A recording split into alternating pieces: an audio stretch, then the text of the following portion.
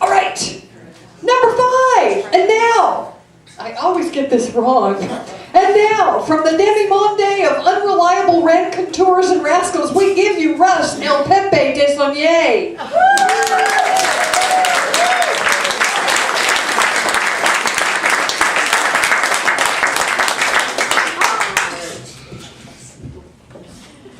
All doing good? Yeah, how about that Lethal Lou, huh? That the lady that preceded me.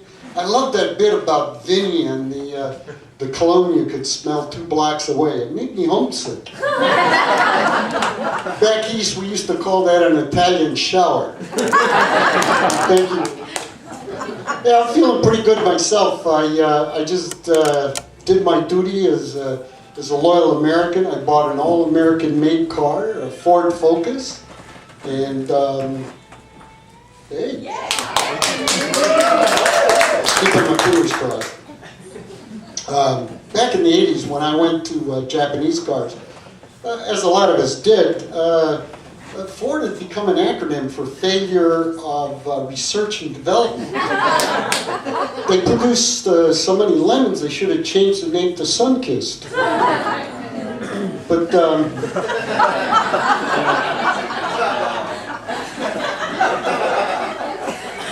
you know, I would have, if I were more macho, I would have gone for one of those humongous pickup trucks I looked at. But, you know, I feel kind of weird about telling people I have a big horn. The new car's got all the bells and whistles, fully loaded, as they say.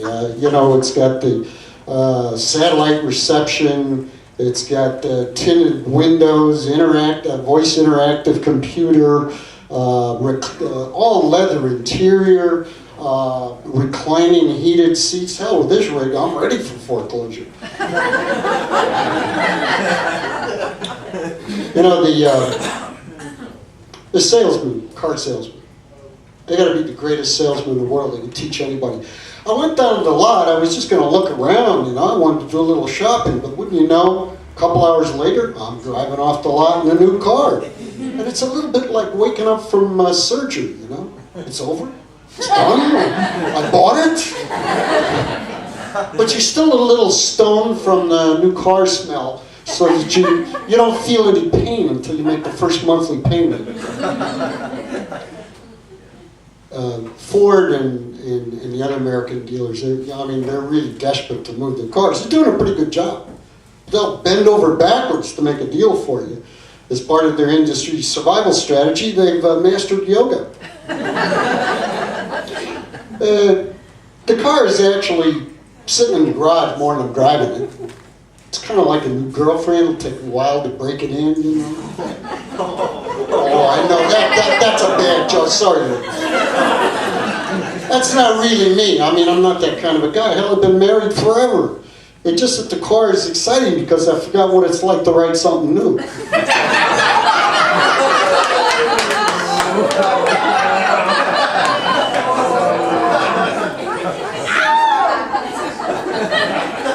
Turning to the national scene. Let's get that Sarah Palin in our own crosshairs. What's the deal with all these inflammatory gun metaphors that she likes to use? You know, personally, I think she's a little frustrated. Maybe your old man's quick on the trigger? Bada bing. I think she's the one that started those rumors about death panels. What's her one? I think. Yeah. Well, if there were such a thing, I'd like to sit on her panel. A lot of good it'd do. She's pretty much brain dead already. But I'm sure she'd repudiate that. You know, speaking of healthcare, I think that all insurance policies, under law, should have to provide complete psychiatric care, whether people want it or not. I'm sure you know a few people could use it.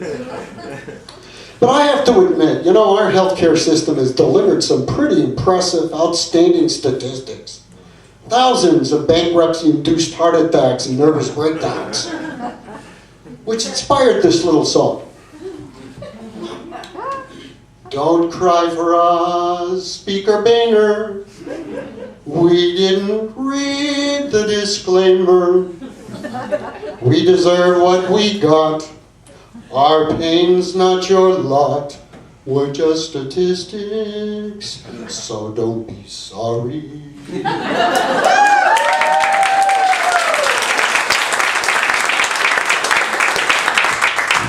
Even after the financial meltdown of a couple of years ago, the free market fundamentalists are still trying to tell us that we need to allow the invisible, so-called invisible hand of the free market to do its thing. Leave it alone and everything will be all right. Do you ever get the feeling that the so-called invisible hand of the free market is doing this?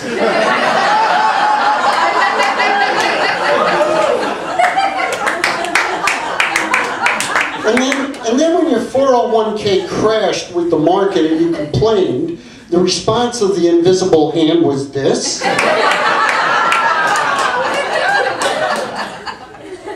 You know, economic theories are just as much bullshit as politics.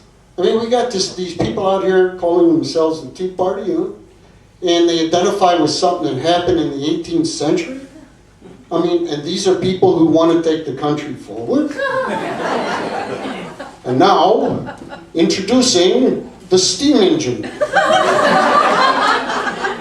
But you know, they could have just as easily called themselves the Cialis Party. Yeah. I mean, after all, don't they pump people up and make them reach for their pistols?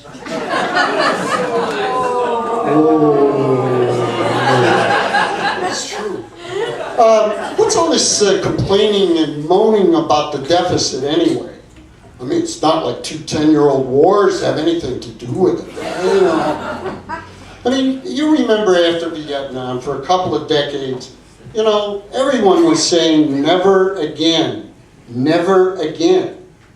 I didn't hear anybody say, except in oil and mineral-rich countries. Did you hear anybody say that? No, I didn't either. The reason we didn't hear it is because that was ventriloquist Dick Cheney whispering to his dummy. And you know who the dummy was. Well, moving right along. You remember the good old days when you used to tell somebody, hey, get a life.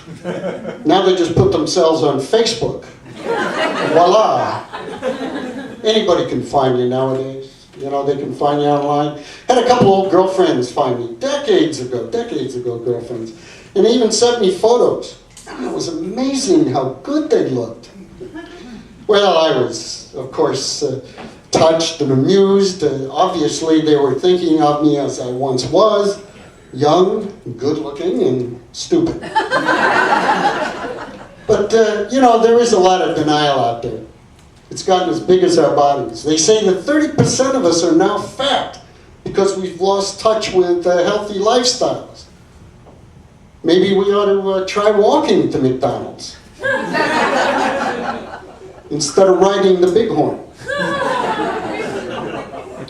The gun possession has also got pretty good. They say that now more people own guns than ever before. There's some folks that are saying that the country would be safer if more of us carried handguns. You know, personally, I think these folks could benefit by owning a different kind of adult toy.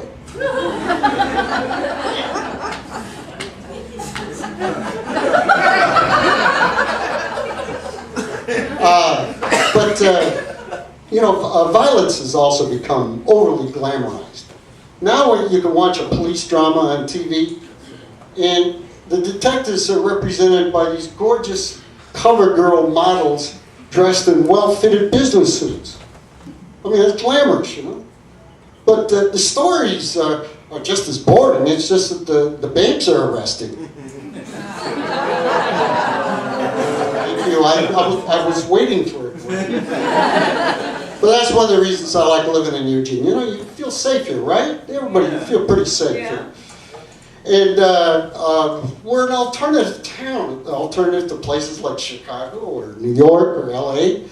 But, you know, the one alternative I've never been able to understand in Eugene is Eugene's so-called alternative realtors. Now, just what the hell does that mean? Right? Does it mean when they show you houses, they offer you a joint? While we're on that topic, I'm going to leave you with one little last bit of wisdom here. Remember, old hippies never die, they just go up in smoke.